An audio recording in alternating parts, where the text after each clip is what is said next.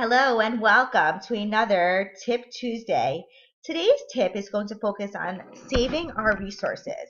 As you know, the school year has actually almost come to a close, but it's important to think towards next year, in which we'll probably going to want to reuse or at least have access to many of our resources that we had this year. So it's a very simple process to saving your resources. So what I would actually first suggest before you even save your resources is actually create a folder that you want to put your resources into.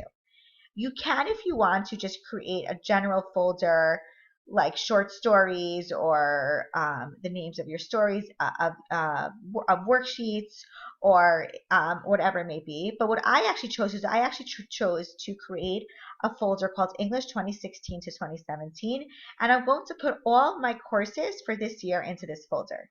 So I'm going to go to 6B1, it's my first course, and I'm going to, it is so simple, I'm going to go to Option, Save Course to Resources. You're going to keep the collection as home because this is kind of like any of like your groups or whatever you're in. And by folder, if you've created a folder, I'm going to choose my English 2016-2017, and I'm going to press Submit.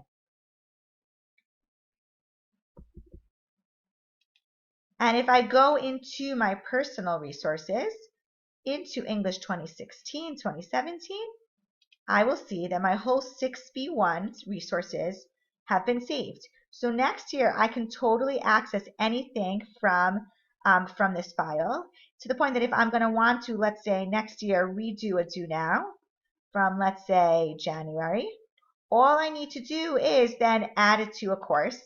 And clearly next year my courses will look a little bit different, but then I will add it to a course, add it to the correct folder and whatever. And therefore I won't have to sit there redoing everything because I've successfully saved my resources from this year in order to be able to access it next year.